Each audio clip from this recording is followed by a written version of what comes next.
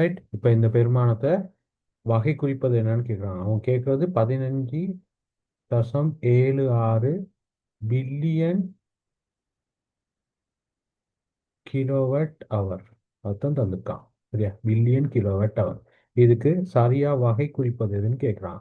Right. அப்போ ஆன்சர்ஸ்ல பார்த்தீங்கன்னா உங்களுக்கு இருக்குது டெராவாட் அவர், மெகாவாட் அவர், ஜிகாவாட் அவர், பிகோவாட் அவர், நானோவாட் அவர்னு சொல்லி உங்களுக்கு தந்திருக்கான். ரைட்டா, ரைட். அப்போ இதை வச்சுக்கிட்டு கேள்வியை செய்ய பார்ப்போம்.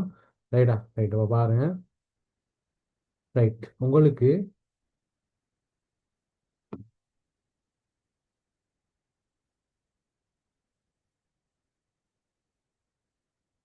Right 15.76 billion. எத்தனை பில்லியன் கிலோவாட் அவர். கிலோவாட் அவர். இதுதான் தந்திருக்கான். ரைட். இப்போ பார்ப்போம் ஒரு பில்லியன்ன்றது எவ்வளோன்னு பார்ப்போம். சரியா, ஒரு பில்லியன்ன்றது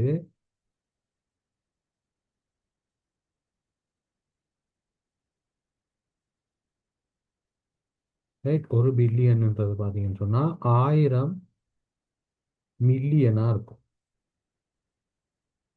சரிதானே, 1000 மில்லியனாக இருக்கும். ஒரு மில்லியன்ன்றது பார்த்தீங்கன்னு சொன்னால் 10 லட்சமாக இருக்கும். ஒரு மில்லியன்ன்றது எவ்வளோன்னு சொன்னால் 10 லட்சம். அதாவது 10 லட்சம்னு சொன்னால் 6 சைபர் இருக்கதா இருக்கும். சரிதானே, 6 சைபரை நான் என்னன்னு போடலாம்னு சொன்னால் 10 ன் 6 போடலாம். சரிதானே, ரைட். அப்போ ஒரு மில்லியனை எழுத போறேன் பாருங்க. ஒரு பில்லியனை ரைட்டா, ஒரு பில்லியன் எழுதுனேன்னு சொன்னா 1000 மில்லியனுக்கு பதிலாக 10 ன் 6 போட போறேன். அதாவது உங்களுக்கு வரப்போகுது 10 ன் 9ன்னு வரப்போகுது. சரிதானே, அப்போ பாருங்க 15.76 பில்லியனுக்கு பதிலாக நான் போட போறேன் 10 ன் 9. இன்னைக்கு ஒரு கிலோ வெட்டொன்னு இருக்கு. அப்போ அதுக்கு பதிலாக நான் போட போறேன் 10 ன் 3 வாட் ஹவர்னு எழுதலாம். சரிதானே, வாட் ஹவர்னு எழுதலாம். அப்போ பார்த்தீங்கன்னு சொன்னால் 15.76 தர 10 ன் 12 வாட் ஹவர்னு வரும். சரிதானே, ரைட். அப்போ இதுதான் வந்திருக்கு. ரைட்டா, 10 ன் 12க்கு பதிலாக நான் என்ன போடலாம்னு சொன்னால் டெரான்னு போடலாம். ரைட்டா, ரைட். அப்போ பாருங்க, டெரான்னு சொல்றது பார்த்தீங்கன்னு சொன்னால் 10 ன் 12. ரைட்டா, அதுக்கப்புறம் சரிதானே, ஜிகான்னு சொல்றது பார்த்தீங்கன்னு சொன்னால் 10 ன் 9. ரைட்டா, மெகான்னு சொல்றது பார்த்தீங்கன்னு சொன்னால் 10 ன் 6. சரியா, அப்போ எனக்கு இன்னைக்கு வாரது என்னன்னு சொன்னால் 10 ன் 12. அப்போ அதுக்கு போல நான் என்ன போடலாம்னு சொன்னால் டெரான்றது போடலாம். ஆகவே 15.76 டெரா வாட் ஹவர்னு ஆன்சர் பார்த்தீங்கன்னு சொன்னால் ஒன்றாவது ஆன்சரா விளங்கிட்டா. ஓகேவா. ஓ சார். Right, right. அப்போ ஆன்சர் பார்த்தீங்கன்னு சொன்னால் இதுக்கு ஒன்றாவது ஆன்சர் வரும். ரைட், அப்போ பார்த்தீங்கன்னு சொன்னால் ஒன்றாவது ஆன்சர் விளையாடும். சரிதானே, ரைட். அப்போ உங்களுக்கு ஃபர்ஸ்ட் கேள்வி கட்டாயம் பிக்கோ, டெரா, நெனோ அதில் எல்லாமே தான் வரும். அதனால இந்த இதை கொஞ்சம் பார்த்துக்குங்க. ரைட், ரெண்டாவது கேள்வி பாருங்க.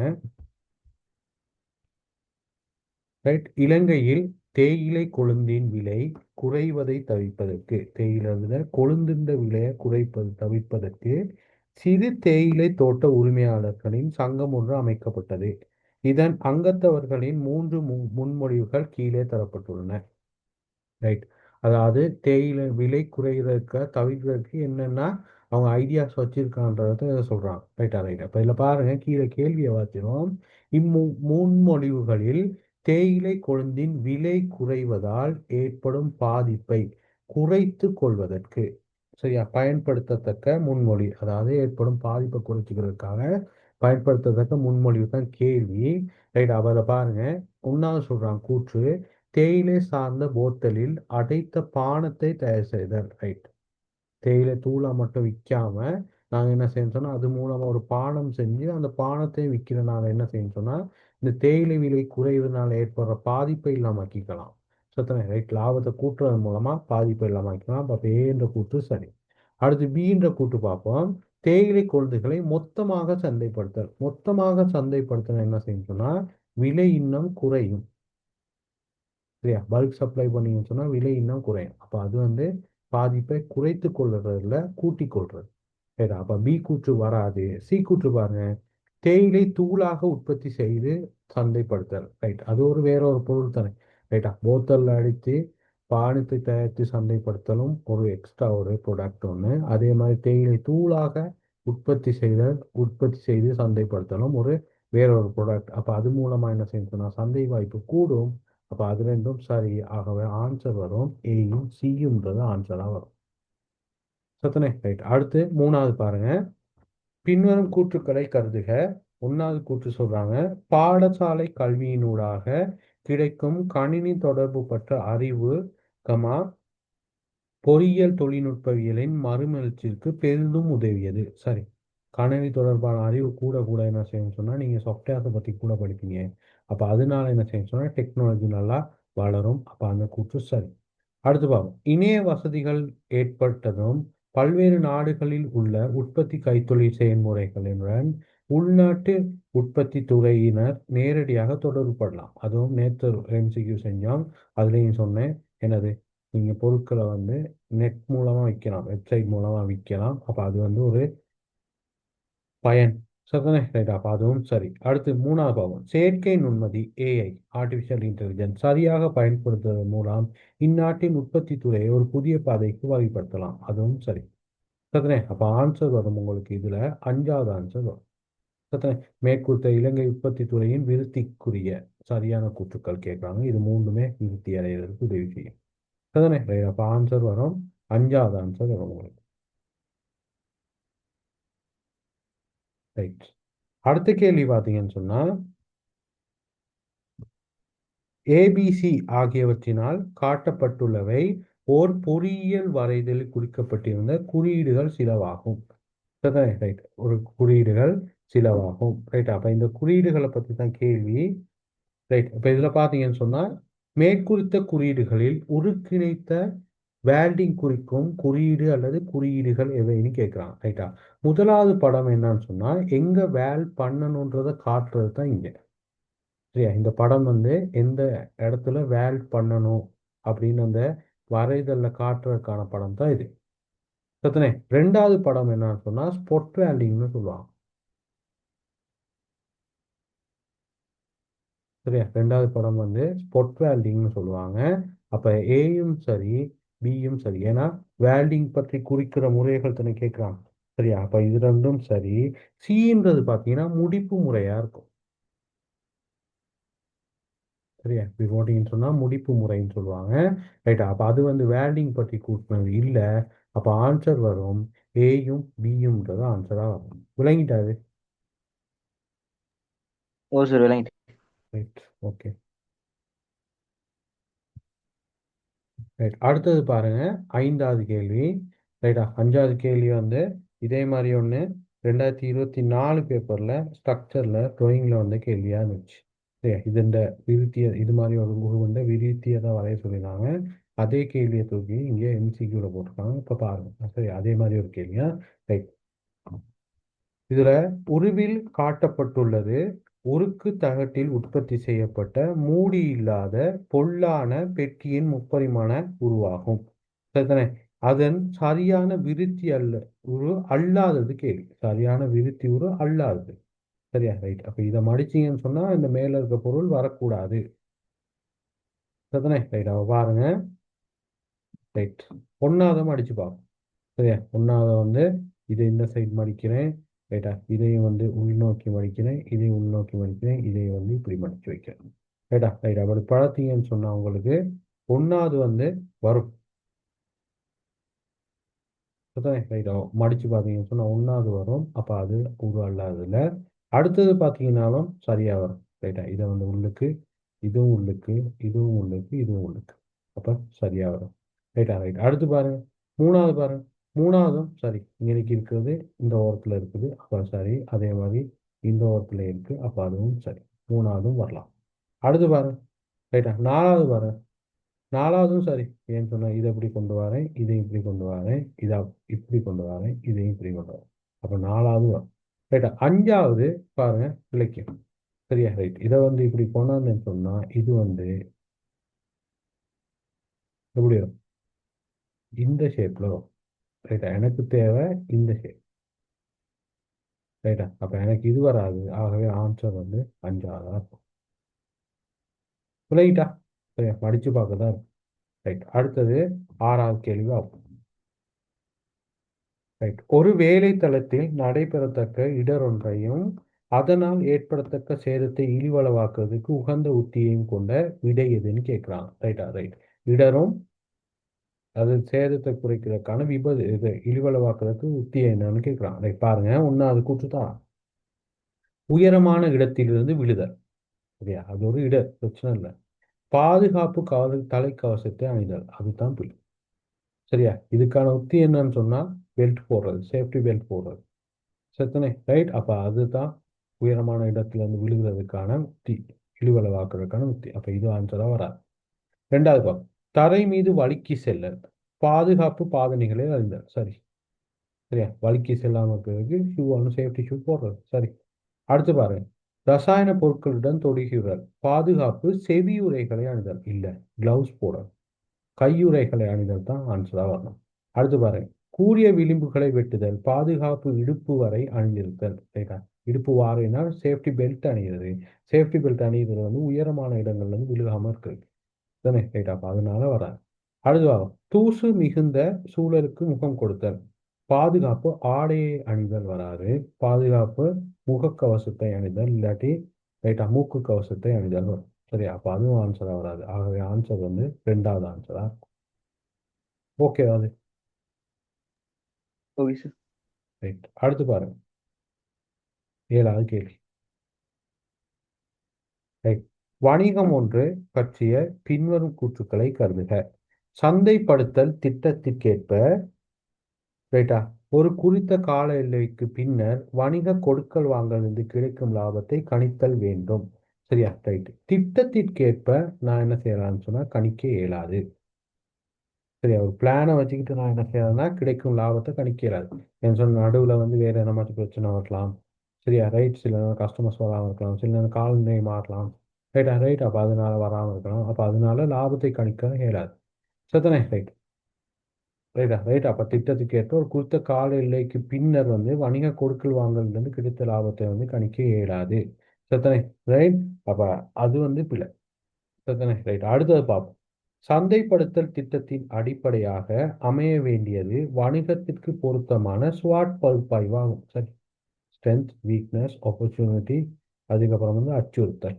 ரைட்டா, ரைட். அப்போ இது எல்லாமே பார்ப்போம். சரி, அடுத்தது பாரு. சந்தைப்படுத்தல் திட்டமானது வணிகம் உகந்தவாறு செயற்படுகின்றதா என்பதை செவ்வை பார்ப்பதற்கு பயன்படுத்தலாம். சரி, ரைட்டா. நாங்கள் ஒரு பிளான் ஒன்று வச்சுட்டு அந்த பிளான் படி போகுதான்னு சொல்லி பார்க்கலாம். ரைட்டா, அப்போ ஆன்சர் வரும் பியும் சியும்ன்றது ஆன்சராக வரும். ஓகேவா, ரைட். அடுத்தது பாரு. ஓர் உற்பத்தி நிறுவன தொடர்பான லாப நட்ட கூற்றில், ரைட்டா, லாப நட்ட கூற்றில் என்னென்ன பார்ப்போன்றதை பாருங்க. அவங்க தந்திருக்காங்க. அறவிடாமுடைய கடன் நிதி செலவினமாகும், அது சரி. சத்தனே, ரைட். அடுத்தது பாருங்க. நீர் சிட்டை நிர்வாக செலவினமாகும், அது பிழை. சரி, சரி. அறவிடமுடைய கடியாரம் வந்து சரியா மாத்தி சொல்லிட்டேன்.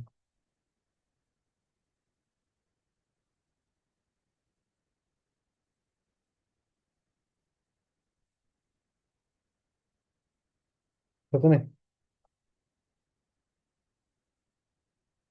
ரைட். 1வது அறவிடமுடைய கடியாரம் வந்து நிதி செலவினமாகும், அது பிழை.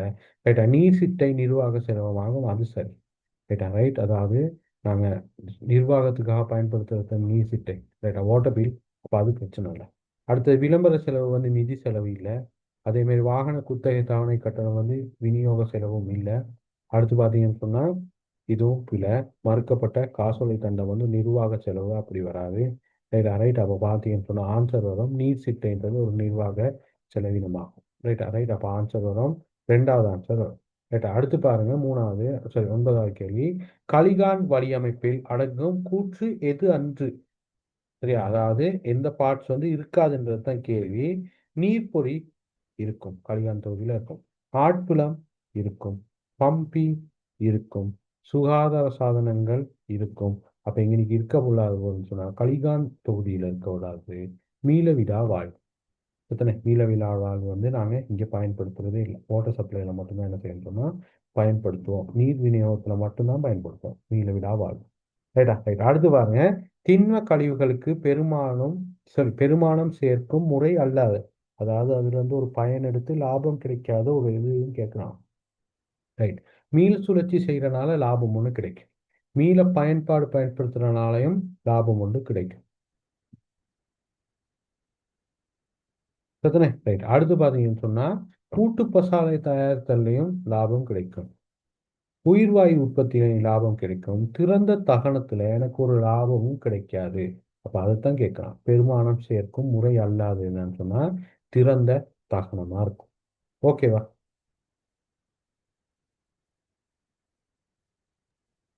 Okay sir. ரைட். அடுத்து பாருங்க 11வது, கான்கிரீட்டில் பயன்படுத்தப்படும் கரட்டு திரள்களின் பிரதான தொழில் என்னன்னு கேட்கலாம். ரைட்டா, ரைட். கரட்டு திரள்னு சொன்னா என்னது? கருங்கல். சரியா, சின்ன சின்ன கருங்கல் போடுவோம். கான்கிரீட்ல வந்து 4 இது போடுவோம். ஒன்று வந்து நீர், இன்னொன்று வந்து சீமேந்து, இன்னொன்று வந்து மணல், அதுக்கு வந்து நுண்திறன்னு சொல்லுவோம். ரைட்டா, இன்னொன்று வந்து கல், அது வந்து கரட்டு தில்லா கருதும். ரைட்டா, அப்போ அந்த கல்லை பற்றி தான் அவங்க கேட்குறாங்க. கான்கிரீட்ல பிரதான கல்லுன்னு தொழிற்பாடு. ரைட். கான்கிரீட்டின் நீரேற்றத்தை விரிவுபடுத்தல், அது நீர் என்ற தொழில். ரைட்டா, கான்கிரீட்டை சுருங்கலை குறைத்து கனவளவு உறுதிப்பாட்டை பேனல். ரைட்டா, ரைட். இதுதான் ஆன்சர் வரும். ரைட், அதை வச்சிருப்போம். ரைட், அவங்க தெரியாதுன்னு வச்சுட்டு பார்ப்போம். அடுத்து பாருங்க, புதிய கான்கிரீட் மாசாக தொழிற்படுதல், லுப்ரிகண்டா தொழிற்படுறது வந்து நீர். அப்போ அதுவும் வராது. கான்கிரீட்டின் வேலை செய்யும் தகவை மேம்படுத்தல், அதுவும் நீர் சீமெந்து விகிதம். ரைட்டா, அப்போ அதுவும் வராது. அடுத்தது கான்கிரீட்டின் இசைவை பேணல், கன்சிஸ்டன்சியை பேணுறது வந்து கல் மட்டும். ரைட்டா, இது இந்த விகிதம் தான் என்ன செய்யும், கன்சிஸ்டன்சியை பேணும். ஆகவே ஆன்சர் வரப்போறது கான்கிரீட்டின் சுருங்கலை குறைத்து கனவுல உறுதிப்பாட்டை அதிகரித்தல். அதுதான் ஆன்சராக வரும். ஓகேவா? சரியா, அப்போ ஆன்சர் வரும், ரெண்டாவது ஆன்சர் வந்திருக்கும். சரியா, ரைட். அடுத்தது பாருங்க.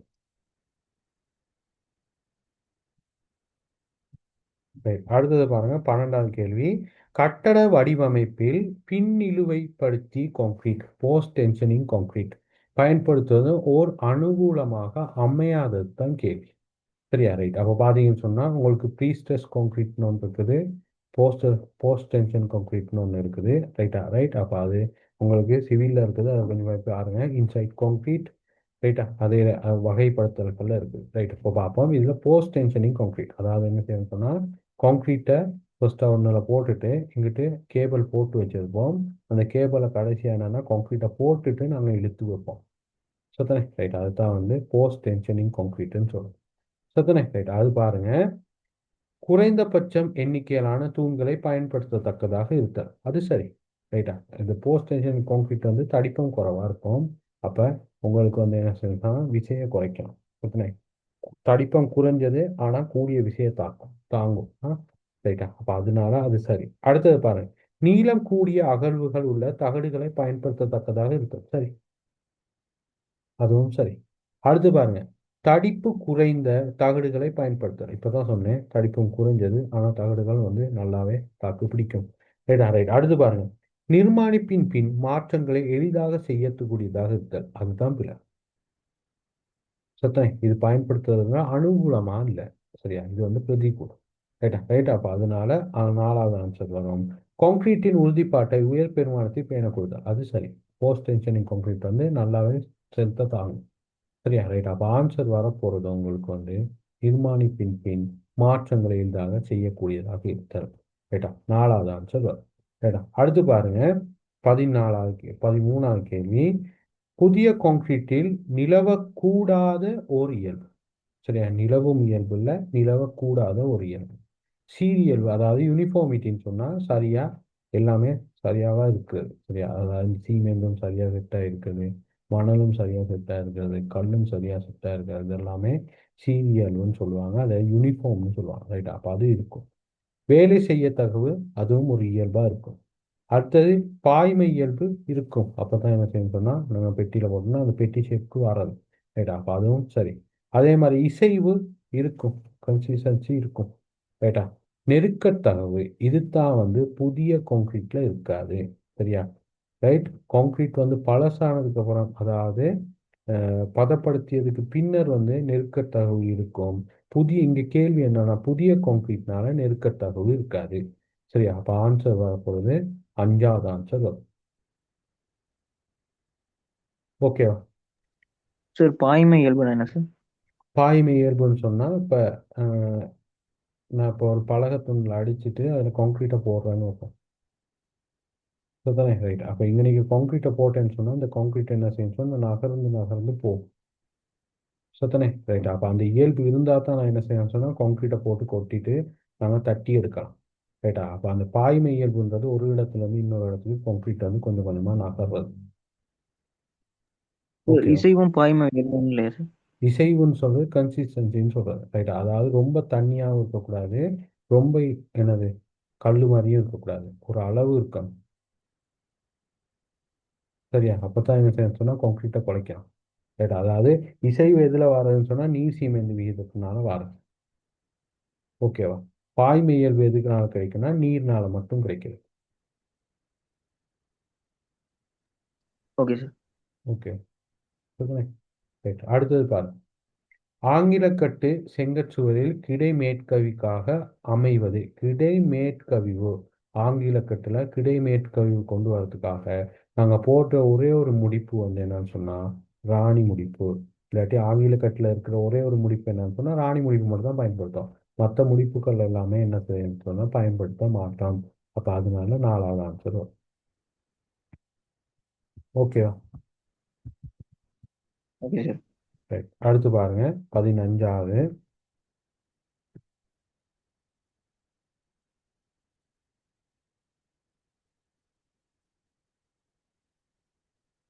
ரைட். முளைக்குற்றி அத்திவாரங்களோட அனுகூலம் என்னன்னு கேட்குறாங்க. முளைக்குற்றி அத்திவாரங்களோட அனுகூலம் கட்டுமான செயல்முறை எளிதாக்கல் இல்லை, கம்ப்ளெக்ஸ் கூட. ஏன்னா ரொம்ப ஆழத்துக்கு நாங்கள் தோண்டி ரைட்டா போடணும். சரியா? ரைட். ஃபவுண்டேஷன் வந்து ரொம்ப ஆழத்துக்கு போகும். அப்போ எளிதாக்கல் இல்லை, கொஞ்சம் கம்ப்ளெக்ஸ் கூட. குறைந்த செலவில் அமைக்கக்கூடியது அதுவும் இல்லை, கொஞ்சம் கொஸ்ட் எக்ஸ்ட்ராவாக போகும். ஆழமான ஆழத்தில் உள்ள பலமான மண் படைகளுக்கு சுமையை வழிப்படுத்தத்தக்கதாக இருத்தல். சரி, அது சரி. அதனால தான் பாலைவனங்கள்லையும் வந்து கடலுக்கு அடியிலையும் கடல் மேலேயும் வந்து நாங்கள் இதை அடிக்கிறோம். ரைட்டா? ரைட். அப்போ அது சரி. மண் படைகளினூடாக சுமையை சமமாக பரப்பு செய்தல் ஆகும். அது அப்படி இல்லை. சரி, அது வந்து அனுகூலம் இல்லை. சரியா? எல்லா அத்திவாரங்களுக்குமான அத்திவாரம் போடுறதுக்கான ரீசனே வந்து மண்படைகளுக்கு சுமையை சமமாக பிரித்து கொடுக்குறது தான். இது பைல் ஃபவுண்டேஷன் என்ற அனுகூலம் கேட்கறனால அது வராது. மண்ணின் தாங்கு திறனை அதிகப்படுத்தல் அதுவும் வராது. சரியா? ஃபவுண்டேஷன் போடுறதுனால மண்ணின் தாங்கு திறன் உயர்வுன்னு சொல்லி சொல்லையாது. சரிதானே? ரைட். அப்போ அதனால ஆன்சர் மூணாவது ஆன்சர் வரும். அடுத்து பாருங்க. நிலத்தடி நீர்த்தாங்கியிலிருந்து மேல்தலை நீர்த்தாங்கிக்கு நீரை பம்புவதற்கு ஒரு பம்பி ஏறத்தாழ ஓராண்டு காலமாக பயன்படுத்தப்பட்டது. அதாவது நீங்க சொல்லுங்க, இன்னைக்கு ஒரு டேங்க் இருக்குது. இந்த டேங்க்ல வந்து என்ன செய்யறாங்கன்னு சொன்னா மோட்டார் ஒன்று பயன்படுத்தி இன்னொரு டேங்க்குக்கு பம்ப் பண்றாங்க. சரிதானே? இந்த பம்ப் பண்றதை பத்தி தான் கேள்வி. ரைட்டா? ரைட். அடுத்து பாருங்க. ரைட். நீர்த்தாங்கியிலிருந்து நீர்த்தாங்கியில் நீர் இருந்தும், சரியா, இந்த டேங்க்ல வந்து நீர் இருந்தும் பம்பி தொழிற்பட்ட போதிலும் மேல்தலை தாங்கிக்கு நீர் பம்பப்படவில்லை. அப்ப இங்க தண்ணி இருக்குது. அப்ப தண்ணி இல்லாம பிரச்சனை இல்லை. அப்ப மோட்டர்ல தான் ஏதோ ஒரு பிரச்சனை ஒன்று இருக்கு. பிரச்சனை ரைட். அப்போ மோட்டார்ல பிரச்சனை பார்ப்போம். பம்பி தொழிற்படுத்தானே, அப்போ மோட்டார்லையும் பிரச்சனை இல்லை. ரைட்டா? மேல்தலை தாங்கிக்கு நீர் பம்பப்படவில்லை எனில் அவதானிக்கப்பட்டது இதற்காரிய காரணமாக அமையத்தக்கது என்னன்னு கேட்கலாம். ரைட்டா? ரைட். இப்போ பாருங்க. உறிஞ்சல் குழாயில் நீர் நிறைந்து இருத்தல். மோட்டார் வேலை செய்யுதானே, அப்போ அது பிரச்சனை இல்லை. ரைட்டா? அடுத்து பார்ப்போம். முதவை வாழ்வில் தவறு இருத்தல். சரியா? ஃப்ளோட்டிங் வேல்வ்ன்றது இங்கே இருக்கிற வேல். ரைட்டா? இங்கே இருக்கிற வேல்ல பிரச்சனை இருக்கிறதுன்னு சொல்ல இயலாது. அப்போ அதுவும் இல்லை. வழங்கல் குழாயில் நீர் நிறைந்து இருத்தல், அதுவும் எனக்கு சொல்ல இயலாது. அடுத்து பார்ப்போம். வழங்கல் குழாயில் வழி நிறைந்து இருத்தல். ரைட்டா? அதுவும் சொல்ல இயலாது. ரைட்டா? பம்பப்படவில்லை தானே. எத்தனை ரைட் அடுத்து பாருங்க அடிவாழ்வில் தவறு இருத்தல் அது ஆன்சரா வரும். ஏன்னு சொன்னா இன்னைக்கு இருக்கிற ஃபுட்வேர்ல வந்து என்ன செய்யணும்னு சொன்னா ஒரு பிரச்சனை இருக்கலாம். ஃபுட்வேர்ல பிரச்சனை இருந்தா தான் இது அவலத்தின்மை பிரச்சனையும் வரும். சரியா ஃபுட்வேல் ஒழுங்கா வேலை செய்யாட்டி வழி நிறையும். சரியா நீர் நிறைஞ்சிருக்கும் ரைட் அப்ப இதெல்லாமே வந்து ஃபுட்வேல்னால வர பிரச்சனை. சத்தனே அப்ப ஆன்சர் வரும் அடிவாழ்வில் தவறு இருத்தல். அதாவது இங்க நீங்க போட்டிருக்க ஃபுட்வேர்ல பிரச்சனை இருக்கலாம். ஓகேவா?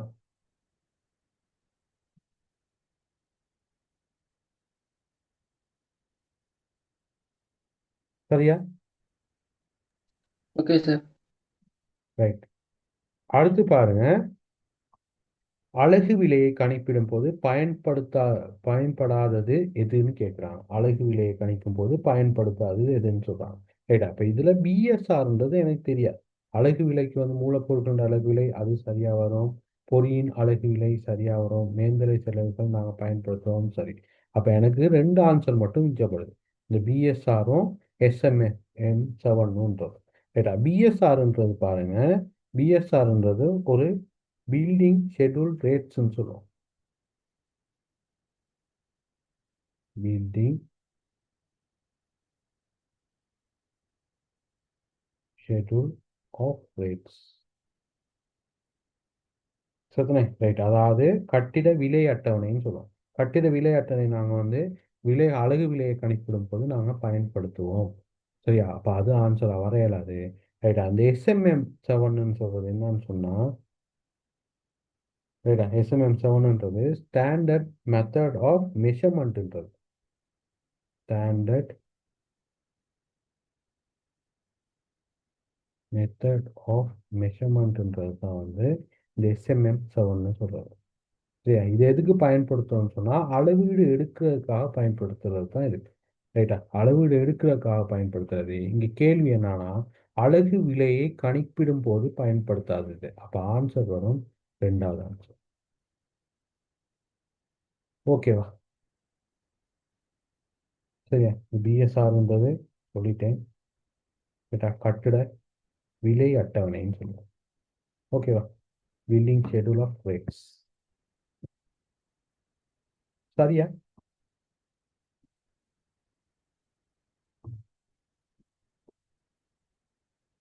ரைட் அடுத்தது போவோம். பின்வரும் எது கட்டட அமைப்பு ஒழுங்கு விதிகளை செயற்படுத்தும் நிர்வாகம் அன்று என்று கேட்கிறான். ரைட்டா கட்டட அமைப்பு ஒழுங்கு விதிகளை செயற்படுத்தும் நிறுவனம் அன்று. ரைட்டா கட்டட விதிகளை பத்தி தான் இங்க கேள்வி.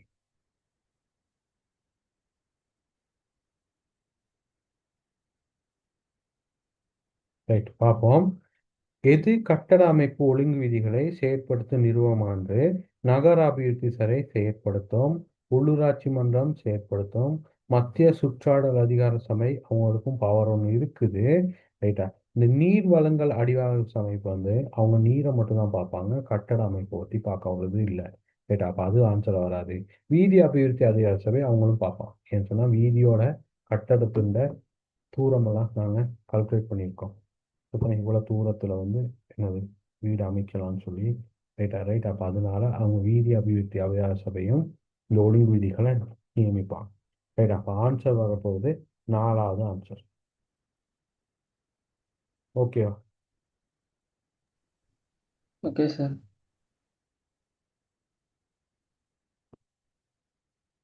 ரைட் அடுத்த கேள்வி பாருங்க 19வது கேள்வி.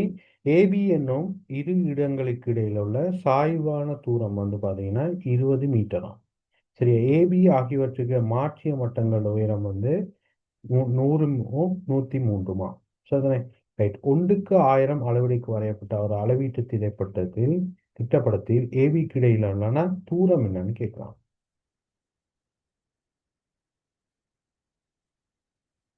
சரிதானே ரைட் ஏபிகளுக்கு இடையிலான தூரம் என்னன்னு கேள்வி.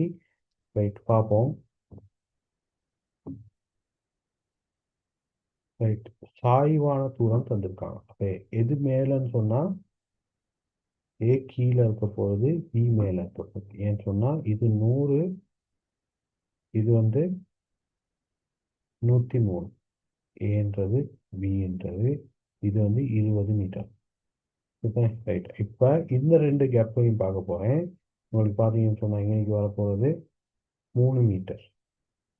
எத்தனை ரைட். அப்போ பார்த்தீங்கன்னு சொன்னால் ஏபிகளுக்கு இடையிலான தூரம், ஏபிகளுக்கு இடையிலான தூரத்தை பார்த்தீங்கன்னு சொன்னால் ரைட் பைதகஸ் தேற்றம் போட்டு கண்டுபிடிக்கலாம்னு நினைக்கிறேன்.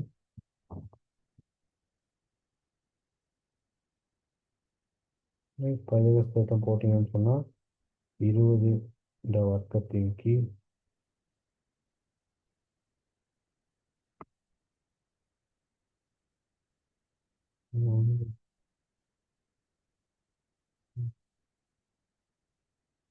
400 மைனஸ் 9ங்க. அப்போ வர்றது உங்களுக்கு 19 தசம், இது வரப்போகுது 19.77 மீட்டர்னு வரப்போகுது. எத்தனை 77 மீட்டர்னு வரப்போகுது. ஏபிகளுக்கு இடையிலான தூரம் வந்து 19.77 மீட்டர். ரைட்டா. இப்போ இதை வந்து அவங்க கேட்குறது வந்து ஏபிகளுக்கு இடையிலான அளவீட்டு தூரம் தான் கேட்கலாம். அப்போ 1க்கு 1000. எத்தனை ரைட். அப்போ பார்த்தீங்கன்னு சொன்னால் ரைட் இது வந்து உண்மை நீளம். சரியா, வரைதல் நீளம் தான் கேள்வி. இந்த பக்கம் வந்து உண்மை நீளம் குறிப்பேன், இந்த பக்கம் வரைதல் நீளம் குறிப்பேன். அப்போ எக்ஸுக்கு 19.77. அப்போ பிரித்து விட்டேன்னு சொன்னால் உங்களுக்கு எக்ஸ் வரும் 19.77 கீழ் 1000ன்னு வரும் மீட்டர். அப்போ பார்த்தீங்கன்னு சொன்னால் 19.77 மில்லி மீட்டர்னு வரும். சரியா, இப்போ ஆன்சர் வரப்போகுது உங்களுக்கு 2வது ஆன்சர். விளங்கிட்டா?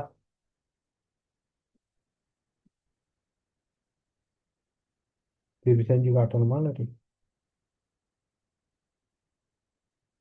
ஓகேவா?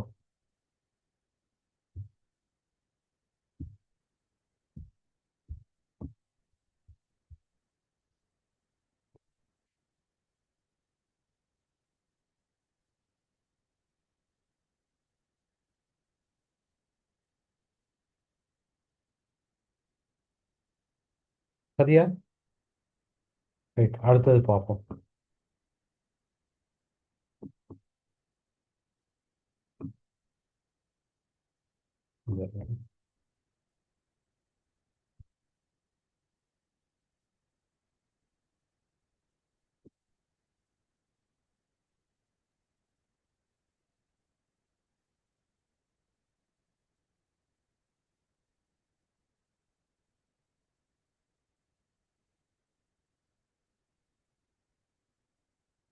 ரைட். அடுத்தது பாருங்க 20வது கேள்வி. ரைட். 20வது கேள்வி பார்த்தீங்கன்னு சொன்னா பின்வரும் கூற்றுக்களை கருதுக. ரைட். 1வது கூற்று சொல்றாங்க, நிலைக்குத்து கிடை கோணங்கள் அளப்பதற்கு தியோடலைட் பயன்படுத்தலாம். சரி, நிலைக்குத்து கிடை கோணங்கள் அளப்பதற்காக தியோடலைட் நான் பயன்படுத்தலாம். சரி, அந்த கூற்று சரி. அடுத்து பாருங்க பி கூற்று, நிலைக்குத்து கோணங்களை அளப்பதற்கு அரிய திசை காட்டியை பயன்படுத்தலாம். இல்லை. சரியா, நிலைக்குத்து கோணங்களை பயன்படுத்துறதுக்கு அலைபுரி கிடை கோணங்களை அளக்கிறதுக்கு திசை காட்டியை பயன்படுத்தலாம். ஏன்னு சொன்னால் நோர்த் இப்படி இருக்கும், ஈஸ்ட் இப்படி இருக்கும். ரைட்டா, அப்போ இது எவ்வளோ தூரம்னு சொல்லி கிடையா அளக்கலாமே தவிர நிலைக்குத்தா அளக்க இயலாது. ரைட்டா, அப்போ அது பி கூற்று கீழே. அடுத்து சி கூற்று போகும், கிடைத்தளத்தில் உள்ள கோணங்களை அளப்பதற்கு மாத்திரம் சாய்மானி பயன்படுத்தலாம். இல்லை, சாய்மானி பயன்படுத்துறது வந்து எத்தனை மாத்திரம் பயன்படுத்த இயலாது. அதாவது நிலைக்குத்து கோணங்கள் அளக்கிறதுக்காக தான் சாய்மானி பயன்படுத்தும்.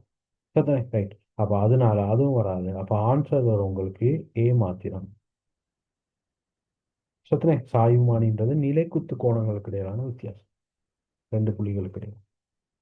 சரியே, ரைட்டா. அதனால 20வதுக்கு 1வது ஆன்சர் வரும். ஓகேவா? டவுட் எதுவும் இருக்கா? ஹலோ, இல்ல சார். ஓகே.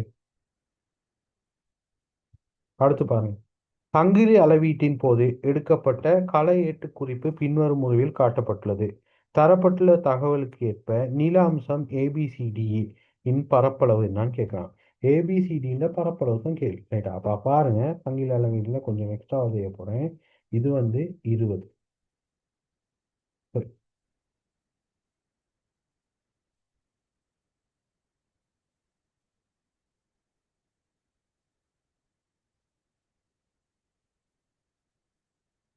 சரிதானே ரைட். அப்போ இது என்ன வரப்போகுதுன்னு சொன்னால் உங்களுக்கு 8. சரிதானே இன்னைக்கு 8ன்னு தந்திருக்காங்க பாருங்க. அதே மாதிரி இது எவ்வளோ 3 ரைட்டா, இதுவும் 3 ரைட்டா, இதுவும் 8 ரைட்டா. கேள்வி என்னன்னு சொன்னால் இது இந்த பரப்பளவு, அதாவது இந்த சரிவகத்தின் பரப்பளவு. சரிதானே ரைட். அப்போ பாருங்க, இந்த நீளம் பார்த்தீங்கன்னு சொன்னால் உங்களுக்கு வரப்போகிறது 5. 10லேருந்து 15 கழிச்சீங்கன்னா 5, அதாவது இந்த கேப் வந்து 5. அதே மாதிரி இந்த கேப் எவ்வளோ உங்களுக்கு 20லேருந்து 5 கழிச்சேன்னு சொன்னால் 15 ரைட்டா ரைட். அதே மாதிரி இப்போ எனக்கு இந்த உயரம் வேணும். இந்த உயரம் வேணும். உயரம் பார்த்தீங்கன்னா 8லேருந்து 3 கழிச்சேன்னு சொன்னால் 5 ரைட்டா. அப்போ பாருங்க, பரப்பளவுக்கு சமன்பாடு போட போகிறேன். எத்தனை அரை தர சமாந்தர பக்கங்களோட கூட்டுத்தொகை 5 + 15. செங்குத்து உயரம் பார்த்தீங்கன்னு சொன்னால் 5. அவள் வாதிங்கன்னு சொன்னால் அவங்களுக்கு வரப்போகுது 20/2 தர 5, அதாவது உங்களுக்கு விட வரப்போகுது 50 மீட்டர் வரும். எத்தனை அப்போ ஆன்சர் வரப்போகுது 3. ஓகேவா?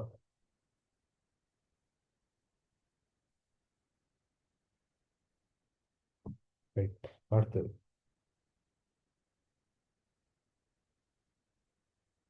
ரைட். இரு உபகரண தானங்களை பயன்படுத்தி ஏபிசி தானங்களின் மாற்றிய மட்டங்களை கணிப்பதற்கு நடத்தப்பட்ட 2 உபகரண தானம், 2 ஸ்டேஷன் ரைட்டா. அப்போ அதாவது சேஞ்சிங் பாயிண்ட் ஒன்று இருக்கு ரைட்டா. காண்பதற்கு நடத்தப்பட்ட ஒரு மட்டக்கால செயற்பாட்டின் போது பெற்ற வாசிப்புகள் கீழே தரப்பட்டுள்ளது. ஏயில பின்னோக்கு வாசிப்பு விஎஸ்ஆர் ரைட்டா ரைட். அடுத்தது சியில முன்னோக்கி வாசிப்பு அப்போ எஃப்எஸ்ஆர். அப்போ சியில வந்து முடியுது ரைட்டா. ஏல வந்து ஃபர்ஸ்ட்டாக ஸ்டார்ட் பண்ணுவேன், சியில முடிக்கிறேன்.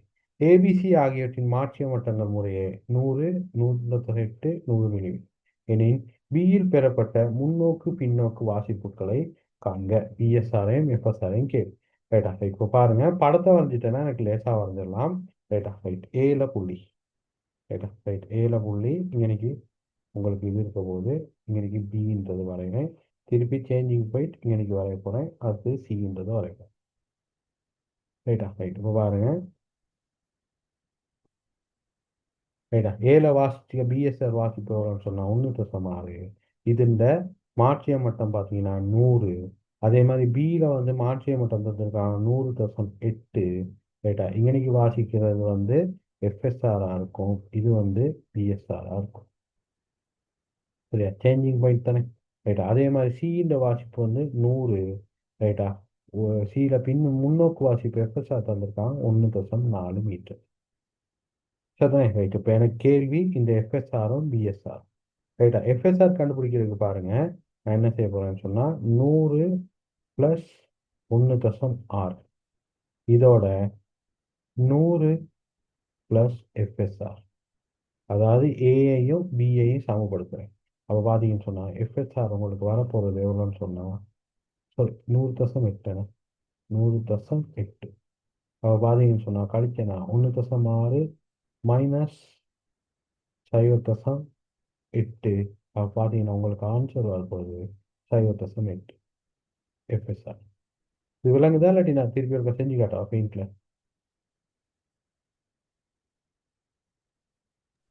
இல்லை சார் விளங்குது சார். விளங்குதா ரைட். அப்போ அது ரைட். அடுத்து பார்த்தீங்கன்னு சொன்னால் எஃப்எஸ்ஆர் எடுத்தேன். அடுத்தது பிஏயும் சிஐயும் சமப்படுத்த போகிறேன். பிஏயும் சிஐயும் சமப்படுத்தினேன்னா பாருங்க, பியில் இருக்கிறது 100.8 ப்ளஸ் எஃப்எஸ்ஆர் இப்போ கண்டுபிடிச்சிட்டேன் சாரி பிஎஸ்ஆர் பிஐசிஐ சமப்படுத்தினேன்னு சொன்னால் 100.8 ப்ளஸ் பிஎஸ்ஆர். அதே மாதிரி சிஏ சமப்படுத்தினேன்னா 100 + 1.4. அப்போ உங்களுக்கு பிஎஸ்ஆர் வரப்போகுது பாருங்க 100 + 1.4 மைனஸ் 100.8. அப்போ பார்த்தீங்கன்னு சொன்னால் கழிச்சிங்கன்னா 1.4 மைனஸ் 0.8. அப்போ உங்களுக்கு வரப்போகுது விட 0.6 ரைட்டா. அப்போ ஆன்சர் பார்த்தீங்கன்னு சொன்னால் ஏக்கு வந்து 0.8, பிக்கு வந்து 0.6. ஆகவே ஆன்சர் 3. ஓகேவா? Okay sir. ரைட். அடுத்தது பாரு, 23.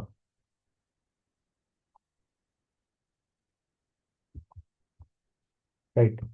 24 வாட் 12 வோல்ட் நேரோட்ட இழை குமிழ் ஒன்றும் லட்சிய கொள்ளளவியும். லட்சிய கொள்ளளவின்னு சொன்னதுனால கொள்ளளவி மட்டும்தான் இருக்குது, அதுக்கு தடை பெறுமானம் இல்லை. ஆளியும் ஒரு 12 வோல்ட் நேரோட்ட வளங்களுடன் உருவில் காட்டப்பட்டுள்ளவாறு தொடுக்கப்பட்டுள்ளது. இதுல டிசி கரண்ட் தான் கொடுக்கலாம். ரைட்டா, ஏசி கரண்ட் கொடுத்தா வித்தியாசம், டிசி கரண்ட் கொடுத்தா வித்தியாசம். ரைட்டா, தொடுக்கப்பட்டு தொடுக்கப்பட்டுள்ளன. தொடுக்கப்படும் வேளையில் கொள்ளளவி முழுமையாக மின்னிறக்கப்பட்டுள்ளது, அதாவது சார்ஜே இல்லை. சரியா, ரைட்டா. கொள்ளளவில சார்ஜ் இல்லை. சார்ஜ் இருந்தா வேற மாதிரி இருக்கும், சார்ஜ் இல்லாட்டி வேற மாதிரி இருக்கும். ரைட்டா, ரைட்டா. ரெண்டையும் சொல்றேன் பாருங்க. சுற்றின் ஆழி மூடப்படும் போது இந்த சுவிட்சை வந்து நான் மூடக்குள்ள என்ன நடக்கும்னு சொன்னா கெப்பாசிட்டர் கூடாக மின்னோட்டம் ஒன்று பாயும். அது ஏன்னு சொன்னா சார்ஜ் இல்லை. அப்ப கெப்பாசிட்டர் சார்ஜ் ஆகிற வரைக்கும் என்ன செய்யணும் சொன்னா கியூ சமன் சிவி, அதாவது ஒரு மின்னோட்டம் ஏறுற வரைக்கும் என்ன செய்யணும் சொன்னா மின்னோட்டம் பாயும். அப்ப மின்னோட்டம் பாஞ்சிச்சுன்னு சொன்னா உங்களுக்கு என்ன நடக்கும்னு சொன்னா மின்குமிழ் ஒளிரும். ஏன்னு சொன்னா அது கூட கரண்ட் போகுது. சரியா, போக என்ன செய்யும், கரண்ட் என்ன செய்யும் சொன்னா, சரியா, ஒரு கட்டத்துல இது கொள்ளளி வந்து சார்ஜ் ஆயிடுவாரு. சார்ஜ் ஆனோடனே கரண்ட் என்ன செய்யணும்னு சொன்னா இல்லாம போயிடும். சரிதானே, கொள்ளளி சார்ஜ் ஆனோடனே கரண்ட் இல்லாம போயிடும். அப்ப ஆன்சர் வந்து பாருங்க, விளக்கு அதன் உச்ச துலக்கத்தில் தொடர்ந்து ஒளிரும் இல்லை. ஏன்னா கெப்பாசிட்டர் சார்ஜ் ஆகிற வரைக்கும் தான் மின்னோட்டம் பாருங்க, அதோட நின்றும். ரைட்டா, ரெண்டாவது பாருங்க, விளக்கு அதன் உச்ச துலக்கத்தில் ஒளிர்ந்து பின்னர் முற்றாக அணையும். அதுதான் ஆன்சர் ஆகும். ரைட்டா, மூணாவது பாருங்க, விளக்கு ஒளிர மாட்டாது, அது வரையறாது. விளக்கு குறைந்த துலக்கத்தில் தொடர்ந்து ஒளிரும் இல்லை. விளக்கு ஒரு மாறா மீட்டர் ஒளிர்ந்து அணைந்து கொண்டு இருக்கும், அதுவும் இல்லை. தானே, கெப்பாசிட்டர் சார்ஜ் ஆனோடனே கரண்ட் உள்ள கூட. ஓகேவா, ரைட். அப்போ ஆன்சர் வரும், ரெண்டாவது ஆன்சர் வரும். சரியா? Okay sir. சார் இது ஏசி கரண்டா இருந்தா என்ன ஆயிருக்கும் சார்? ஏசி கரண்டா இருந்தா என்ன நடக்கும்னு சொன்னா ஃபர்ஸ்டா கரண்ட் ஒன்று ஓடுவாரு, அதுக்கப்புறம் சார்ஜ் ஆவார். சரி, அது வரைக்கும் என்ன செய்யணும் சொன்னா பல்ப் பத்துவார். அதுக்கப்புறம் இந்த சைக்கிள் போற வரைக்கும் சார்ஜ் ஆவார். அப்ப அது வரைக்கும் பல்ப் பத்துவார். இந்த சைக்கிள்ல வந்து திருப்பி டிஸ்சார்ஜ் ஆவார். அப்ப என்ன நடக்கும்னு சொன்னா இதுல சார்ஜ் ஆகக்குள்ள பல்ப் பத்துவாரு, ஒன்னாவாரு, திருப்பி கொஞ்ச நேரத்துக்கு ஆஃபா இருப்பாரு, திருப்பி என்ன செய்வாரு, ஒன்னாவார். ரைட்டா, பிளிங்க் ஆகி பத்திக்கிட்டே இருக்கும். சத்தனே, ரைட், இதுதான் நடக்கும் ஏசி கரண்ட் போட்டா. ஓகே ஓகேவா, சார். ரைட். அடுத்து பாருங்க, தற்போது இலங்கையில் மின்னை வர்த்தக ரீதியாக பிறப்பிப்பதற்கு பயன்படுத்தப்படாத புதுப்பிக்கத்தக்க சக்தி. சரியா, பயன்படுத்தப்படாத புதுப்பிக்கப்பட சக்தி. சூரிய சக்தி இலங்கையில இருக்கு, பயன்படுத்துறாங்க. காற்று சக்தி பயன்படுத்துறாங்க, மன்னார்ல இருக்கு. உயிர்த்திணிவு சக்தி பயன்படுத்துறாங்க, பயோகேஸ் பயன்படுத்துறாங்க. நீர் சக்தி பயன்படுத்துறாங்க. அப்ப புதுப்பிக்கத்தக்க சக்தி இன்னும் ஸ்ரீலங்கா இல்லாதது வந்து பாத்தீங்கன்னா கடல் அலை சக்தி. சரியா, இது பயன்படுத்தலாம், ஆனா இன்னும் ஸ்ரீலங்கால அந்த டெக்னாலஜி இல்லை, இன்னும் ரிசர்ச்ல தான் இருக்கு. ரைட், அப்ப அதனால ஆன்சர் வரும் 4வது.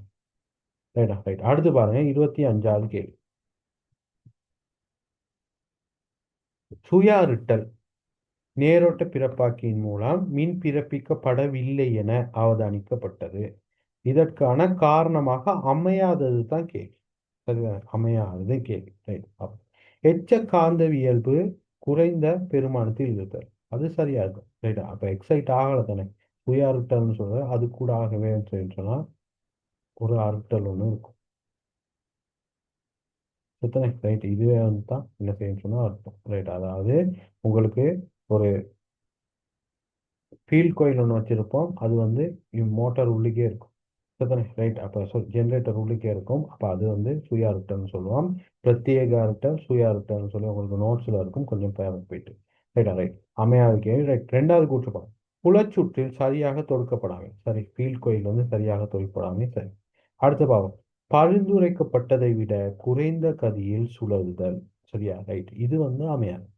ஏன்னு சொன்னா பிறப்பிக்கப்படலைன்னு சொன்னா சுத்தவே இல்லை. சரியா, சுத்துதுன்னு சொன்னா சின்ன ஒரு காரணம் சரி வரும். ரைட்டா, ரைட். அப்ப அதனால 3வது ஆன்சர் பிழை. அடுத்து பாருங்க, புலச்சுற்றலின் தடை மிக உயர் பெருமானத்தில் இருத்தல் சரி. ஆர்மேச்சர் சுற்றல் குறுஞ்சுற்றாக இருத்தலும் சரி. ஷார்ட் சர்க்யூட்டாக இருக்கிறதும் சரி. ரைட்டா ரைட்டா. அப்போ இங்கே நீங்கள் அமையாது கேட்டிருக்கனால 3வது ஆன்சர் வரும். ஓகேவா? Okay sir. ரைட். 26வது கேள்வி பாருங்க. ஒருவருக்கு மின்னதிர்ச்சி ஏற்படும் ஒரு நிலைமையை கருதுக. இங்கு ஏற்படத்தக்க விபத்தின் கடுமை பின்வரும் விடயங்களை சார்ந்திருப்பதாக ஒரு மாணவன் கூறினான். சரியா? ரைட். ஏ சொல்றாங்க, உடலினூடாக பாயும் மின்னோட்டத்தின் அளவு, உடலினூடாக பாயும் பாதை, உடலினூடாக மின்னோட்டம் பாயும் நேர அளவு. மேற்கூட்ட விடயங்கள் சரியானது என்னன்னு சொன்னா 3ம் சரி. ரைட்டா ரைட். அப்ப நாங்கள் இது 3ஐயும் பார்த்தோம். சரியா? உடலினூடாக பாயும் மின்னோட்டத்தின் அளவு. ரைட்டா? அப்போ பார்த்தீங்கன்னு சொன்னா ஆர்சிசிபியில் உங்களுக்கு 30 மில்லியன் பேர் நடிச்சிருப்பான். ரைட்டா? ரைட். அப்போ 30 மில்லியன் பேர் நடிச்சிருக்கிறது வந்து உங்களுக்கு ஏசி கரண்ட் எவ்வளோனா 30 மில்லியன் பேரோட கூடுதல்னு சொன்னால் இருந்துருங்க. ரைட்டா? அப்போ அதனால அதுவும் நடிச்சிருப்போம். பாயும் பாதை அதுவும் பார்ப்போம். ரைட்டா? உடலினூடாக பாயும் பாதையும் பார்ப்போம்னு சொன்னால் ரைட்டா மின் தடை தானே. ரைட்டா? அப்போ ஹார்ட்டுக்கு கிட்ட இருக்கிற மாதிரி இருக்குன்னு சொன்னால் டக்குன்னு வந்து உங்களுக்குள்ளாக பாயும். ஆகவே நீங்கள் டக்குன்னு இறக்குறது பார்ப்பீங்க. ரைட். அப்போ அது மாதிரி மின் தடைகள் மாறும். ரைட். அப்போ அதனால அதுவும் பார்ப்போம். பாயும் நேரமும் பார்ப்போம். சரிதானே. ரைட். அப்போ அதனால ஆன்சர் 5வது வரும். சரி, இதுக்கு ஒரு அட்டவணை ஒன்று தந்திருப்பேன். ரைட்டா ரைட். அதையும் கொஞ்சம் பார்த்துக்கணும். சரிதானே. ரைட்டா. என்ன கரண்ட் எவ்வளோ நேரத்துக்கு அடித்தா என்ன இயல்புகள் காட்டுமா, தசை பிடிக்குமா, ரைட்டா மாரடைப்பு ஏற்படுமா, மரணம் ஏற்படுமான்னு சொல்லி உங்களுக்கு ஒரு அட்டவணை ஒன்று தந்திருப்பேன். அந்த அட்டவணையை கொஞ்சம் பாருங்க. ரைட்டா ரைட். அடுத்து பாருங்க 27வது. ரைட். ஒரு மோட்டார் கட்டுப்படி சுற்றின் ஓர் இனங்காணப்படாத பகுதி பின்வருமாறு சோதிக்கப்பட்டது. சரி, ஒரு பாக்ஸ் ஒன்று இருக்கு. அதுகளுக்கு என்ன இருக்குன்றதை நாங்கள் சோதிக்க போகிறோம். தொடராக தொடுக்கப்பட்ட ஒரு தடையினூடாக ஒரு நேரோட்ட வளங்களுடன் தொடுக்கப்பட்ட போது தொடக்கத்தில் ஓர் ஓட்டம் பாய்ந்து அதுக்கப்புறம் என்ன செய்யுன்னு சொன்னால் 0 ஆகுதான். பிரச்சனை. ரைட். டிசி கரண்ட் ஒன்று கொடுக்குறேன். டிசி கரண்ட் ஒன்று கொடுத்து தொடக்கத்தில் ஓட்டம் பாயுது, அதுக்கப்புறம் 0 ஆகுது. இப்போ தான் மேலே ஒரு கணக்கு செஞ்சேன். டிசி கரண்ட் வந்து ஃபர்ஸ்ட்டாக பாயுது, அதுக்கப்புறம் நிற்கிதுன்னு சொன்னால் இன்னைக்கு என்னது கெப்பாசிட்டர் ஒன்று உள்ளுக்கு இருக்குதுன்னு அர்த்தம். அதாவது கெப்பாசிட்டர் சார்ஜ் ஆனோடனே டிசி கரண்ட் உள்ளுக்கு போகாது. அப்போ இந்த இதுகளுக்கு கெப்பாசிட்டர் ஒன்று, இந்த பாக்ஸுகளுக்கு கெப்பாசிட்டர் ஒன்று இருக்குன்னு அர்த்தம். ரைட்டா? அடுத்து 2வது கூற்றுப்பா. அது தொடராக தொடுக்கப்பட்ட தடையினூடாக மீட்ரனை மாற்றத்தக்க ஆடலோட்ட மின்னோட்டம் தொடுக்கப்பட்டு வழங்கல் மீட்ரன் மாற்றப்பட்ட போது ஒரு மீட்டரில் பாயும் ஓட்டம் உச்சமாகி பின்னர் மீட்ரன் மேலும் அதிகரிக்கப்படும் போது பாயும் ஓட்டம் படிப்படியாக குறைந்தது. சரியா? மீட்ரன் அதிகரிக்கக்குள்ள பாயும் ஏற்றம் படிப்படியாக குறைக்குதுன்னா அப்போ அதோட உங்களுக்கு எழுதலாம் எக்ஸி சமன் 1/2πfc. சரியா? மீட்ரன் அதிகரிக்கக்குள்ள உங்களுக்கு என்னன்னு சொன்னால் பாயும் ஓட்டம், அதாவது இது குறையும். அப்போ பாயும் ஓட்டம் கூடும், அதுக்கப்புறம் படிப்படியாக திருப்பி குறையலாம். சரிதானே. அப்போ ஆன்சர் உங்களுக்கு வரப்போகிறது சொல் பாயும் ஓட்டம் குறையணும்னு சொன்னால் உங்களுக்கு இது பிள்ளையா. ரைட்டா? அதாவது எக்ஸ்எல் சமன் 2πfl. ரைட்டா? பாயும் ஓட்டம் இது கூடக்குள்ள இது கூடுது, ஆகவே மின்னோட்டம் என்ன செய்யுச்சுன்னா குறையும். சரிதானே. ரைட். அப்போ அதை தான் அவங்க சொல்கிறாங்க. அப்போ ஆன்சர் உங்களுக்கு வரப்போகிறது 5வது ஆன்சர். அதாவது இதுகளுக்கு தூண்டியும் இருக்குது, தடைபெருமான கட்டாயம் இருக்கும். சரிதானே. ரைட். அப்போ தூண்டி இருக்குது, கெப்பாசிட்டரும் இருக்குது. 1வதுல வந்து கெப்பாசிட்டர், 2வதுல தூண்டி ப்ளஸ் தடை. ரைட்டா? இதுதான் 2வது. 1வதுல கெப்பாசிட்டர் இருக்குன்னு ப்ரூவ் பண்ணுறேன். ரைட்டா? அப்போ ஆன்சர் வரும் தொடராக தொடுக்கப்பட்ட ஒரு தூண்டியும் ரெசிஸ்டர் இல்லைன்னு எடுக்கிறாங்க. சரிதானே. ரைட்டா? கெப்பாசிட்டரும் தூண்டி எடுத்தீங்கன்னா போதும். ஓகேவா? Okay sir. ரைட்டா? கெப்பாசிட்டரும் தூண்டியும். ரைட்டா? அடுத்து பாருங்க. ரைட். 28வது. உருவில் காட்டப்பட்டுள்ளது ஓர் நீர் மின்வழு நிலையத்தின் மாதிரி உருவாகும். ஏயினால் காட்டப்படுவது எதுன்னு கேட்கலாம். ரைட்டா? ஏன்னு சொல்றது என்னன்னு சொன்னா சர்ச் டேங்க்னு சொல்லுவோம். ரைட்டா? எழுச்சி அறைன்னு சொல்லுவோம். அதாவது இன்னைக்கு வந்து திடீர்னு நீங்கள் இங்கே வால்வுகளை மூடினீங்கன்னு சொன்னால் இன்னைக்கு வந்து என்ன செய்யணும்னு சொன்னால் ஹம்மர் எஃபெக்ட் ஒன்று வரும். சரியா? அதாவது மின் மின் உதைப்புன்னு சொல்லுவாங்க, சரியா? நீர் உதைப்புன்னு சொல்லுவாங்க. இந்த நீர் உதைப்புல வந்து பாதுகாக்கிறதுக்காக தான் நாங்கள் என்ன செய்யணும்னு சொன்னால், எங்களுக்கு எழுச்சி அறைன்னு ஒன்று. அப்போ அந்த எழுச்சி அறையில் வந்து என்ன செய்யணும், தண்ணி மேலே ஏறி அது வந்து பாதுகாப்பாக இருக்கும், ரைட்? அப்போ அதுக்கு ஆன்சர் வந்து எழுச்சி அறை. சத்தனை ரைட். இது வந்து உங்களுக்கு அந்த படத்தில் இருக்கும். 2015 பேப்பர்லேயும் வந்துருந்துச்சு, எஸ்ஏ பேப்பரில் வந்திருந்த கேள்வி. எத்தனை ரைட் வரைஞ்சி குடிக்க சொல்லியிருந்தாங்க. அப்போ அதில் வந்து இதில் ஒரு கேள்வி வந்து ரைட்டா? ரைட். 2024 2025 பேப்பரை கொஞ்சம் எக்ஸ்ட்ரா பார்த்துக்கிட்டு போங்க. இதுலேருந்து தான் என்ன செய்யணும்னா 2026 பேப்பரும் இருப்பான். இப்போதான் ரைட். அப்போ இதில் என்னென்ன கேட்டிருக்காங்களோ ரைட்டா, அப்போ இது சார்ந்த நோட்ஸை கொஞ்சம் பார்த்துக்கிட்டு போவோம். ஓகேவா? Okay sir. ரைட். அடுத்து பாருங்க 29வது. உருவில் காட்டப்பட்டுள்ளது நேரோட்ட மோட்டார் வகைகள் 3 ஓட்டத்துக்கான சுழற்சி கதி மாறுபடும் விதமாகும். அதாவது ஸ்பீட் மாற விதமாகும். முறையை வகை குறிப்பது எது எதுன்னு கேட்கலாம். சத்தனை ரைட். அப்போ பார்த்தீங்கன்னு சொன்னால் சீன்றது என்னவா இருக்கும்? சீன்றது வந்து தொடர் மோட்டார். ரைட், போக போக குறைஞ்சிக்கிட்டே போகுது. ஆகவே தொடர் மோட்டார். ரைட்டா? ரைட். அப்போ இது ரெண்டுக்கும் நடுவில் போகிறது வந்து ஏன்றது வந்து பக்க கூட்டு மோட்டார். சத்தனை பக்க மோட்டார். பின்றது வந்து கூட்டு மோட்டாராக இருக்கும். கூட்டு, இது வந்து பக்கம், இது வந்து தொடர்.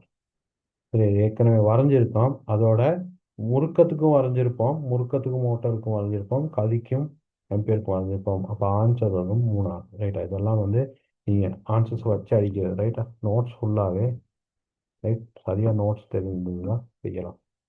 அடுத்து பாருங்க 30வது.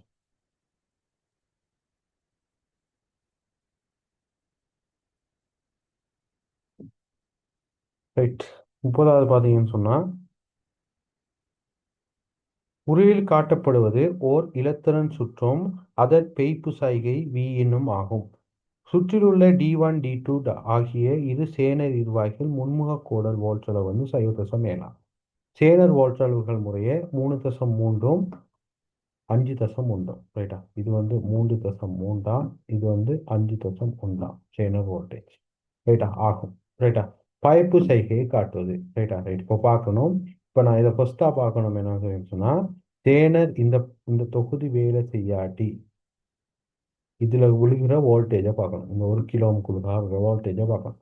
நான் கொடுக்கறது 10 வோல்டேஜ். அப்போ இதுல 5ன்னு விழுகும், இதுல 5ன்னு விழுகும். ரைட்டா? ரைட்டா? அதான் இப்போ ஃபர்ஸ்டா பார்த்துக்கலாம். அதை ஃபர்ஸ்டா பார்த்துக்கிட்டு தான் நாங்கள் கதைக்க போகிறோம். சரிதானே? ரைட். இப்போ பாருங்க. ரைட். 5 வோல்டேஜ் பார்த்துட்டேன். ரைட்டா? இப்போ சேனர் வேலை செய்ய போகுதுன்னு எடுக்க போகிறேன். சரியா? சேனர் வேலை செய்யுதுன்னு சொன்னால் இப்போ பாருங்க எடுக்க போகிறேன். பாசிட்டிவ் சைக்கிளில் கரண்ட் எப்படி போக போகுதுன்னா இந்த திசையில் போக போகுது. இந்த திசையில் வந்து இன்னைக்கு 2ஆக பிரிய போகுது. ரைட்டா? அப்போ இங்கே நீங்கள் ஓடுற கரண்ட் பார்த்தீங்கன்னு சொன்னால் இந்த D1 டயோட் வந்து ஃபோர்வர்ட் பயஸில் இருக்கும். ஆகவே 0.7. இந்த D2 டயோட் வந்து ரிவர்ஸ் பயஸில் இருக்கும். ஆகவே 5.1. அப்போ கூட்டிங்கன்னு சொன்னால் உங்களுக்கு எவ்வளோ வர போகுதுன்னா 5.8 வோல்டேஜ் வரும். 5.8 வந்து 5 வோல்டேஜோட பெரிய வோல்டேஜ். ஆகவே இந்த சந்தர்ப்பத்தில் சேனர் என்ன செய்யாதுன்னு சொன்னால் வேலை செய்யாது. எத்தனை 1 கிலோ ஓம் குறுக்கா சேனர் வேலை செய்யாட்டி விழுகிற வோல்டேஜ் 5 வோல்டேஜ். ரைட்டா? சேனர் வேலை செஞ்சா விழுகிற வோல்டேஜ் 5.8. ஆகவே எது சின்னதுன்னு பார்த்தீங்கன்னா 5 வோல்டேஜ் சின்னது. ஆகவே சேனர் வேலை செய்யாது. அப்போ சேனர் வேலை செய்யாட்டி இங்கே 5 கொடுத்து இங்கேயும் 5 கொடுக்குற மாதிரி இருக்கும். அப்போ அப்படி வர ஆன்சர்ஸை பார்த்தீங்கன்னாலே மற்ற ஆன்சர்ஸ் வெட்டுப்படும்னு நினைக்கிறேன். பாருங்க. ரைட். ஒன்றுக்கு மட்டும்தான் என்னது இந்த மாதிரி ஷேப்பில் வரும். அப்போ இது வராது, இதுவும் வராது, இதுவும் வராது, இதுவும் வராது. ஆகவே ஆன்சர் 1. எத்தனை ரைட்? நான் நெகட்டிவ் சைக்கிளுக்கும் செஞ்சு காட்டுறேன் பாருங்க. ரைட்டா? ரைட். நெகட்டிவ் சைக்கிளுக்கு பாருங்க. கரண்ட் எப்படி ஓட போறோம்னா இந்த திசையில ஓட போறாரு. இந்த திசையில ஓடக்குள்ளையும் அப்பையும் வந்து 5 தான் விழுகும். ரைட்டா? இப்போ பார்க்க போறேன். ரைட்டா? சேனர் வேலை செய்யுதுன்னா எவ்வளோ பார்க்க போறேன்னா இந்த D2 டயோட் வந்து 0.7 வோல்டேஜ். ஏன்னா ஃபோர்வர்ட் பயஸ்ல இருப்பார். இந்த D1 டயோட் வந்து ரிவர்ஸ் பயஸ்ல இருப்பாரு. 3.3. இப்போ பார்த்தீங்கன்னா எவ்வளோ வருது? 4 வோல்டேஜ் வருது. 4 வோல்டேஜ்ன்றது 5 வோல்டேஜோட சின்னது. அப்ப இந்த சந்தர்ப்பத்துல சேனர் என்ன செய்வார்னு சொன்னா வேலை செய்வார். சேனர் வேலை செஞ்சா அந்த 4 வோல்டேஜ் வரைக்கும் கூடிட்டு என்ன செய்யணும்னு சொன்னா அதுக்கப்புறம் ஒரு வெட்டு வந்து மாறும். அப்போ பார்த்தீங்கன்னு சொன்னா ஆன்சர் ஒன்றாகுது.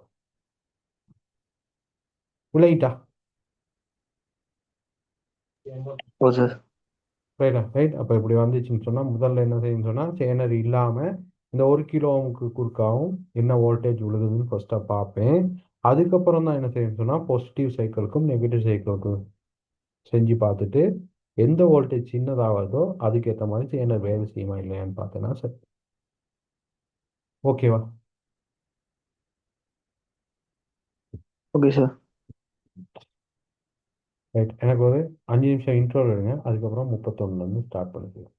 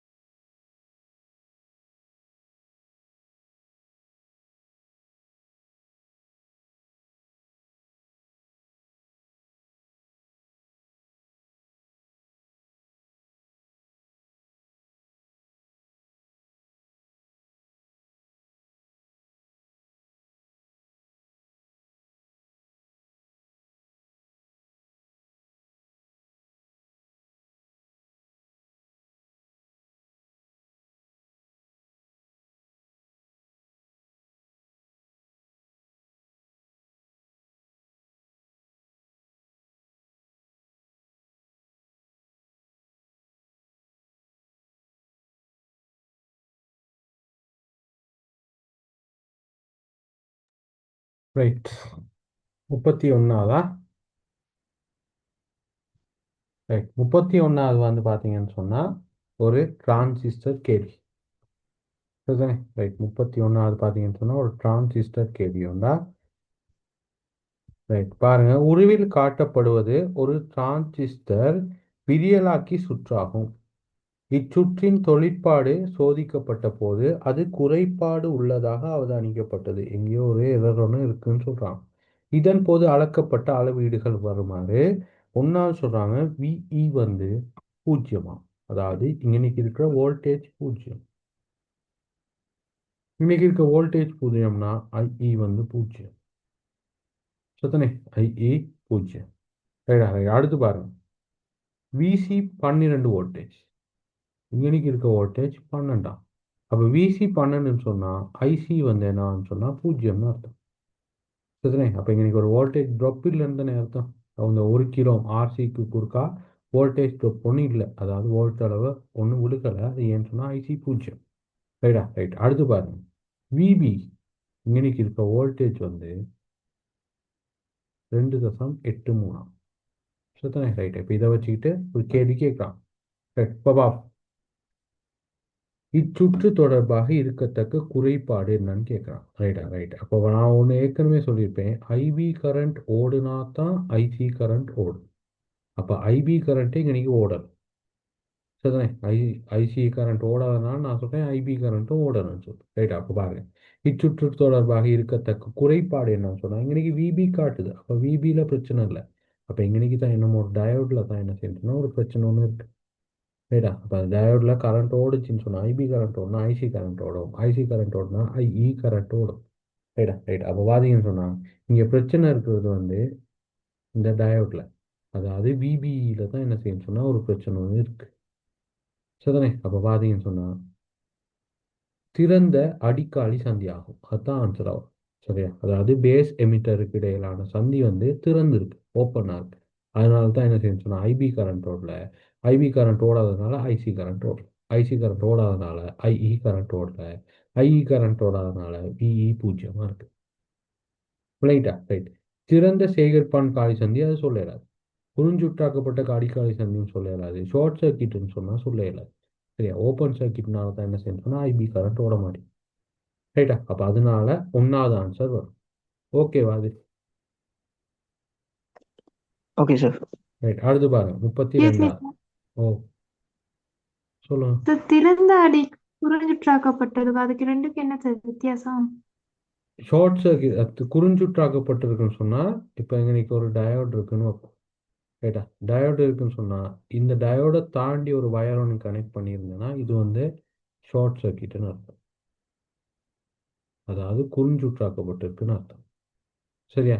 திறந்தான்னு சொன்னால் இந்த டயோடு அப்படியே கழட்டிட்டு சும்மா வைக்கிறேன். சரியா? திறந்த அடிக்காலி சந்தின்னு சொன்னால் அந்த டயோடை இல்லாமல் ஆக்கிட்டேன். அப்போ இது கூட கரண்ட் ஓடாது. ஆனால் இந்த ஷார்ட் சர்க்கிட்னு சொல்கிறது என்னன்னு சொன்னால் இன்னைக்கு வோல்டேஜ் காட்டாது, 7.7 வோல்டேஜ் காட்டாது. ஆனால் கரண்ட் என்ன செய்யணும்னு சொன்னால் உங்களுக்கு பாயும். ஓகேவா? சுத்தனே. ரைட். திறந்தன்னு சொன்னால் அந்த டயோடை கலட்டுற மாதிரி, மூடியன்னு சொன்னால் அந்த டயோடுக்கு பதிலாக ஒரு வயர் துண்டோன்னு இணைக்கிற மாதிரி.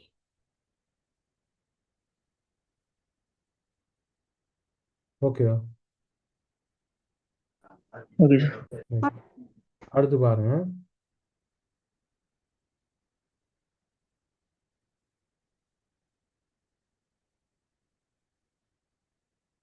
உருவில் காட்டப்பட்டுள்ளது சுற்றில் சந்திப்புல விளைவு டிரான்சிஸ்டர் ஒரு விதியலாக்கி பயன்படுத்தப்படும் சந்தர்ப்பம் படலை ஓட்டம் 1 மில்லியம்பியர்.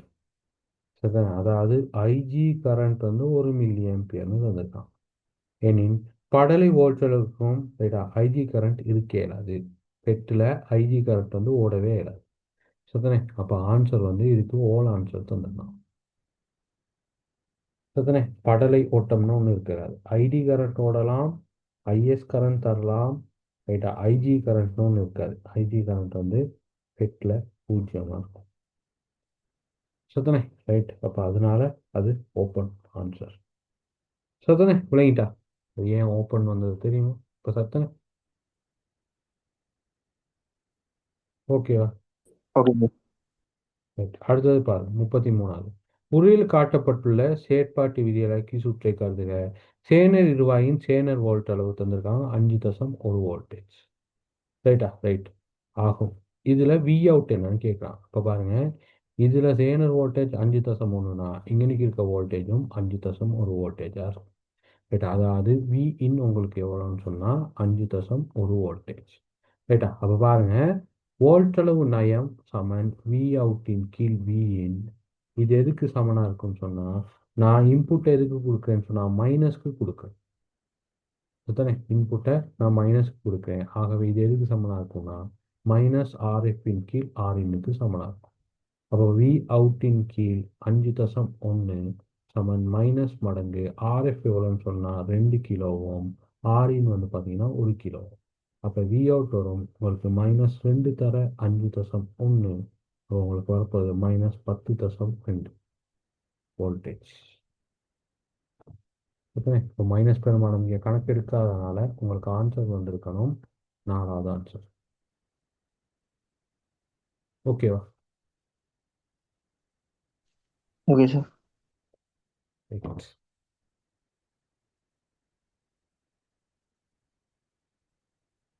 ரைட். அடுத்தது கொஞ்சம் பெரிய கணக்கு. ரைட், பார்ப்போம்.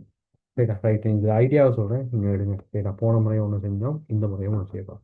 ரைட். எக்ஸ் என்பது ஓர் இலக்க முறை இலத்திரன் சுற்றாகும். P1 P0 Q1 Q0 இதெல்லாமே இப்போ இங்கே வந்து 4 இன்புட்ஸ் இருக்குது.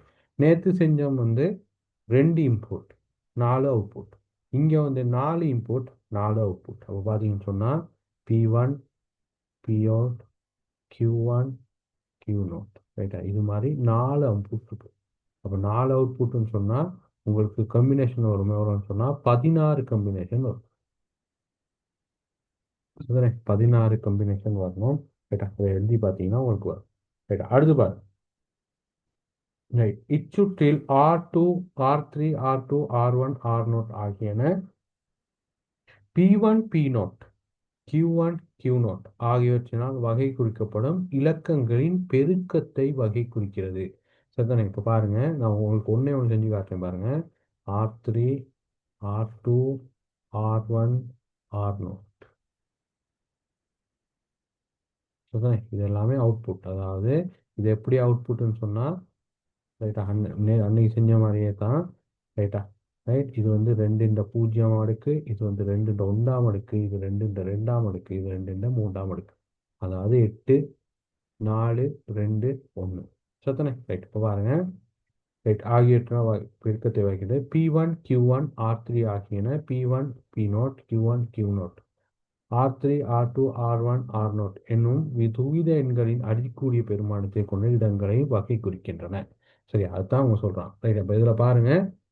ரைட். இப்போ இதில் கம்பினேஷன் எழுதுன்னு சொன்னால் 16 கம்பினேஷன் எழுதணும். ஆகவே 8 சைவர் போட்டுட்டு அதுக்கப்புறம் 1 போடும். சரிதானே? அதை நீங்கள் செஞ்சு பாருங்க. P0க்கு பதிலாக போட்டேன்னு சொன்னால் இப்போ 4 சைவர் போட்டுட்டு அங்கிட்டு 1 போடுவேன். ரைட். அதே மாதிரி Q0க்கு பார்த்தீங்கன்னா 2 சைவர் போட்டு 1 போடுவேன். திருப்பி 2 சைவர் போட்டு 1 போடுவேன். அப்படியே போய்கிட்டே இருக்கும். சரிதானே? Q0க்கு பார்த்தீங்கன்னா 01 01 அப்படியே போட்டுக்கிட்டே போய்கிட்டே இருக்கும். சரிதானே? ரைட். இப்போ இதில் என்ன பெருக்கம்னு சொன்னால், ஃபர்ஸ்ட்டாக P1ஐயும் P0ஐயும் பெருக்கணும். சரிதானே? அதே மாதிரி Q1ஐயும் Q0ஐயும் பெருக்கணும். சரியா? அது ரெண்டையும் பெருக்கி வரதான் ஆன்சராக இருக்கும். சரிதானே? ரைட். அப்போ பார்த்தீங்கன்னு சொன்னால் P1ஐயும் P0ஐயும் பெருக்கணும்னு சொன்னால் முதலாவது 0. சரியா? 0 தர 0. அப்போ இங்கே வந்து 0ன்னு வரப்போகுது. 0 0 0 0. ரைட்டா? ரைட்டா? அப்போ அது மாதிரி பார்த்தீங்கன்னு சொன்னால் உங்களுக்கு ஒரு ஒரு பெரிய ஒரு சார்ட் வரும். அந்த சார்ட்டில் வந்து R3க்கு நீங்கள் எஸ்ஓபியும் பிஓஎஸ் எல்லாம் பார்த்தீங்கன்னு சொன்னால் நேற்று செஞ்ச மாதிரியே உங்களுக்கு ஆன்சர் ஒன்று வரும். சத்தனே? ரைட். அப்போ நேற்று செஞ்ச மாதிரியே தான் உங்களுக்கு செஞ்சு பாருங்கள், பெரிய ஒரு இதாக ஒன்று வரும். சத்தனே? ரைட். அப்போ அது பார்த்தீங்கன்னு சொன்னால் உங்களுக்கு ஆன்சர் ஏயும் பியும் மட்டும் வரும். அதே மாதிரி தான் எஸ்ஓபி பிஓஎஸ் வந்து சமனாக இருக்கும். பாருங்கள், வேணும்னா செஞ்சு பாருங்கள். ஓகேவா? இதை செஞ்சு பார்த்துட்டு சொல்கிறீங்களா? Okay sir.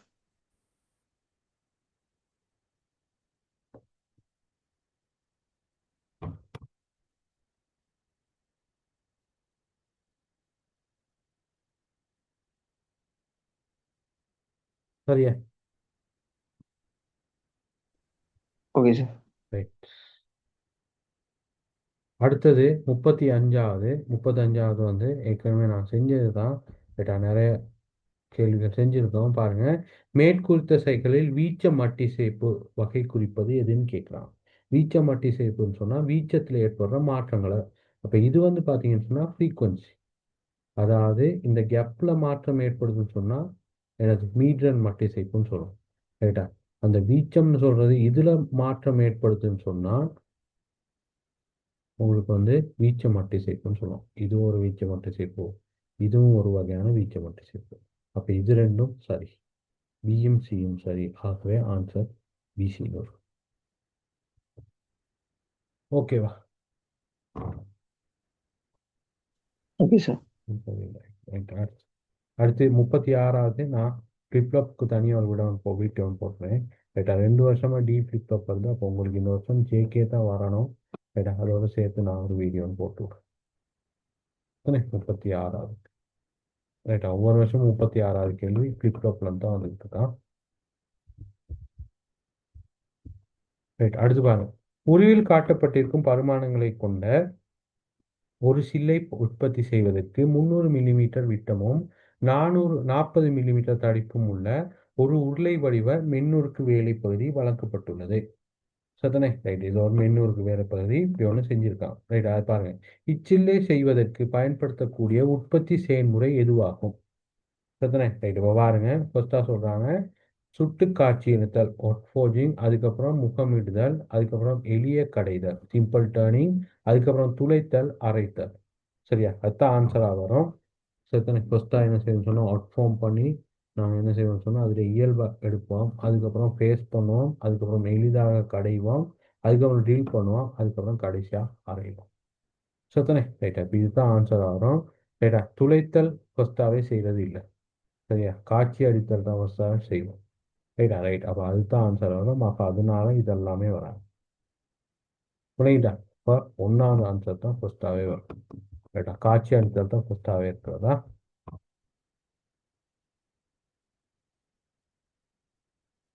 ரைட், அடுத்து 38வது.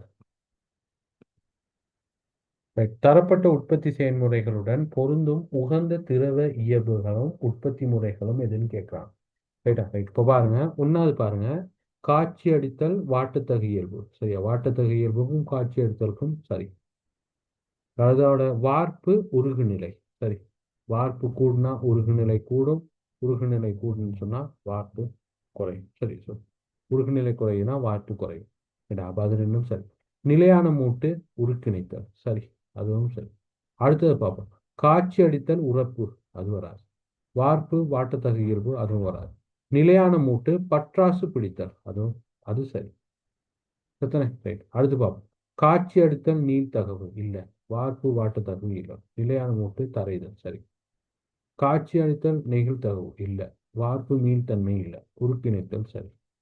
ரைட்டா, மீள்தன்மை இல்லை, வார்ப்பு இல்லை, சரி, இது சரி. அதுக்கப்புறம் உறுப்பிணைத்தலும் சரி. ரைட்டா, அப்போ ஆன்சர் 3மே சரியா இருக்கிறது 1வது ஆன்சர். விளையிட்டா, காட்சி அடிக்கிறது வந்து வாட்டத்தகு இயல்புக்கு ஏற்ற மாதிரி மாறிக்கிட்டே இருக்கும். ஓகேவா? Okay sir. ரைட், அடுத்து பாருங்க 39வது. உருவில் மென்னுருக்கு தகட்டிலான கூரிய விளிம்புகள் உள்ள ஒரு தேங்காய் துருவல் காட்டப்பட்டுள்ளது. தேங்காய் துருவில அந்த முன்னுக்கு இருக்கிற ஒரு பாட்டை தான் காட்டியிருக்காங்க. ஓர் உருவாக்க செயல்முறையை பயன்படுத்தி அதிக எண்ணிக்கையை உற்பத்தி செய்வதற்கு 10 மில்லிமீட்டர் தடிப்புள்ள ஒரு அச்சை தயாரிக்க வேண்டியுள்ளது. இந்த அச்சை தயாரிப்பதற்கு மிகவும் உகந்த உற்பத்தி முறை என்னன்னு கேட்குறாங்க. ரைட்டா, ரைட், அக்யூரஸியும் கூடவா இருக்கணும்னு சொன்னால் ரைட்டா, ரைட், அப்போ கட்டாயம் நாங்கள் சிஎன்சி போய் தான் பயன்படுத்தணும். ரைட்டா, அப்போ அதில் வந்து அக்யூரஸி கூடவா இருக்கணும், அதோட நிறைய அதிக எண்ணிக்கையிலான உற்பத்தி செய்யணும்னு சொன்னால் நாங்கள் அதுக்கு பயன்படுத்துறது வந்து இடிஎம்னு சொல்லுவோம். சுத்தனை ரைட்டா, அப்போ லேத் மெஷினில் ஒவ்வொன்றா தான் செய்யலாம்.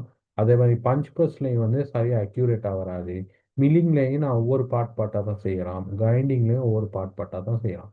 இதில் கேள்வி என்னன்னா அதிக எண்ணிக்கையான உற்பத்தி செய்வதற்கு. சரிதானே, அப்போ அதுக்காக நான் பயன்படுத்துறது இந்த இடிஎம்ன்றது. சரியா, மின் இறக்கட் பொறின்னு சொல்லுவோம். ஓகேவா? Okay sir. ரைட். அடுத்து பாருங்க 40வது. மோட்டார் வாகனத்தின் மசகிடல் தொகுதியில் மசகிடப்படாதது எதுன்னு கேட்கலாம். எத்தனை? ரைட். அப்போ அதாவது lubrication ஆயில் எங்கெங்கெல்லாம் போகாது. முசரத்துக்கு lubrication ஆயில் போகும், இலக்கு வகை தண்டுக்கும் போகும், சுழற்சி தண்டுக்கும் போகும், முந்தாடி புயத்துக்கும் போகும். புயம்னு சொல்றது உங்களுக்கு தெரியும். ரைட்டா? ரைட். அந்த வேல்வோட கனெக்டாக இருக்கிற புயம். ரைட்டா? ரைட். அப்போ உங்களுக்கு போகாத ஒரே ஒரு இடம் வந்து தீப்பொறி சரி, அதில் ஸ்பார்க் பற்றுறதுனால அதுக்கு என்ன செஞ்சோம்னா மசகிடல் தேவையில்லை. அடுத்து பாருங்க. ரைட். 41வது. மோட்டார் வாகனம் ஒன்றை தொடக்கும் போது பின்வரும் எந்த கூறு தொடக்கி மோட்டாரின் சிறு பச்சிலுடன் நேரடியாக தொடரும் சொன்னா, அது ஏற்கனவே நான் உங்களுக்கு சொல்லியிருக்கேன், பரப்பு சில்லரோட தான் அந்த பினியன் என்ற கியர் வந்து தொட்டுக்கிட்டு இருக்கும். எத்தனை? ரைட். அப்போ ஆன்சர் வரும் 5வது. ரைட்டா? ரைட். சில கேள்விகள்லாம் லேசாக இருக்கும். ரைட்டா? பேப்பர் முதல்ல வந்து கொஞ்சம் ட்ரிக்கியாக இருந்ததுக்கு, நிறைய கேள்வி தந்ததுக்கு, பின்னுக்கு இருக்க கேள்வியெல்லாம் பார்த்தீங்கன்னு சொன்னால் டிரெக்டாக உங்களுக்கு தியரி தெரிஞ்சால் ஆன்சர் அடிச்சுட்டு போகிற மாதிரி தான் இருக்கும். சரிதானே? ரைட். அப்போ அதனால 41க்கு 5வது ஆன்சர். ஓகேவா? அடுத்து பாரு 42வது. நாலடிப்பு என்ஜினில் வால்வு மேற்கழிவு நடைபெறுவது என்ன? வால்வு மேற்கழிவு நடைபெறுவது நான் உங்களுக்கு ஏற்கனவே சொல்லியிருக்கேன். ரைட்டா? ரைட். Intake, compression, ICPE. ரைட்டா? இது டிடிசி, இது பிடிசி. சரியா? ரைட்டா? இது எங்கே வால்வு மேற்கழிவு நடக்கும்னு சொன்னால் நான் ஏற்கனவே உங்களுக்கு வரைஞ்சி காட்டியிருக்கேன். ரைட்டா? ரைட். இங்கே ஸ்டார்ட் பண்ணி ஃபஸ்ட்டு இங்கே வந்து முடிவார், அதுக்கப்புறம் திருப்பி இங்கேருந்து இங்கே வருவார், திருப்பி இங்கேருந்து திருப்பி போயிட்டு இங்கே வந்து முடிவார். அப்போ இந்த துண்டும் தான் என்ன செய்யணும்னு சொன்னால் வால்வு மேற்கழிவு நடக்கிற இடங்கள். இன்லெட் வேல்வும் அவுட்லெட் வேல்வும் திறந்து இருக்கிற டைம் வந்து இதுதான். சரியா? இப்போ இதை பற்றி தான் அவங்க கேட்குறாங்க. பார்ப்போம். உறிஞ்சல் அடிப்பில் மேல்மாய் மையத்திலிருந்து விலகும் போது இல்லை. மேல்மாய் மையத்திலிருந்து விலகும் போது இல்லை. சரிதானே? அடுத்து பார்ப்போம். உறிஞ்சல் அடிப்பில் கீழ்மாய் மையத்தை அடையும் போது அதுவும் இல்லை. சரிதானே? அடுத்து பாருங்க. ஒரு நெருக்கல் அடிப்புக்கும் வலு அடிப்புக்கும் இடையிலே மாறும் நெருக்கல் அடிப்புக்கும் பிரச்சனைக்கும் அதுக்கு வரவே வராது. நாங்கள் இன்டேக்கையும் எக்ஸ்ட்ராஸை மட்டும்தான் பார்க்கணும். வெளியகற்ற அடைப்பில் கீழ்மாய் மையத்திலிருந்து விலகும் போது இல்லை. சரிதானே? வெளியகற்று அடிப்பில் மேய்மாய் மையத்திலிருந்து விலகும் போது அதுதான் ஆன்சர் ஆகும். விளங்கிட்டா? ரைட்டா? அதாவது இங்கனைக்கு இருக்க டைமும் இங்கனைக்கு இருக்க டைம் தான் நான் பார்க்கணும். ஓகேவா? சரியா? அப்போ ஆன்சர் வரும் 5வது ஆன்சர். இது ஓகேவா? விளங்கிட்டா? ஓ சார், விளங்கிட்டு. ரைட். அடுத்து பாருங்க 43வது. மோட்டார் வாகனங்களில் பயன்படுத்தப்படும் காப்பு உத்திகள் பற்றிய பின்வரும் கூற்றுக்களை கருதுக. அதாவது பாதுகாப்பு உத்திகளை பற்றி தான் சொல்றான். ரைட். பாருங்க. வாகனத்தின் முகப்பு வழித்திரையினால் மூடப்பட்டிருத்தல். சரி. வழித்திரையினால் மூடப்பட்டிருக்கிறது. சரி. அடுத்து பாருங்க. இரவில் செலுத்தும் போது வாகனத்தின் உற்பத்தி நன்றாக ஒளியூட்டப்பட்டிருத்தல். இல்லை. சரியா? உள்ளுக்கு வந்து லைட் வெளிச்சம் கூட வரணும், வெளியில இருந்து வர லைட் வந்து எங்களுக்கு தெரியாமல் போகும். அதனால தான் வாகன ஓட்டுறார்களுக்கு வந்து உள்ளுக்கு லைட்டை வந்து ஆஃப் பண்ணிட்டு ஓட்டுவான். சுத்தனே? ரைட். அப்போ அதனால வராது. வெளியில இருக்கிறது தெளிவாக தெரியாது. சுத்தனே? ரைட். அப்போ அதனால பி வராது. இலங்கையில் காணப்படும் பேருந்துகளில் உடலின் இடப்பகுதியிலும் வலப்பகுதியிலும் கதவுகள் பொருத்தப்பட்டிருத்தல். சரி.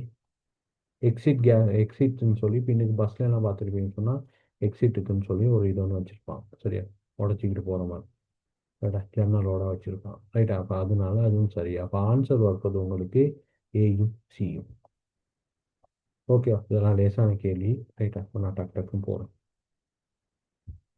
ரைட். அடுத்து பாருங்க 44வது. கலப்பின ஹைபிரிட் வாகனங்கள் பற்றிய பின்னணி கூற்றுக்களை கருதுக. ஹைபிரிட்னு சொன்னால் இது வந்து என்ன செய்யும்? ரைட். பெட்ரோல்லையும் ஓடும், அதே மாதிரி உள்ளுக்கு இருக்கிற பேட்டரியிலையும் ஓடும். சரி, அதுதான் ஹைபிரிட்னு சொல்கிறது. ரைட்டா? கேள்வியை பாருங்க. ஓர் அகத்தன என்ஜினுக்கு பதிலாக வலுமுதலாக ஒரு விசேட மின் மோட்டார் பயன்படுத்தலாகும். இல்லை, அப்படி இல்லை.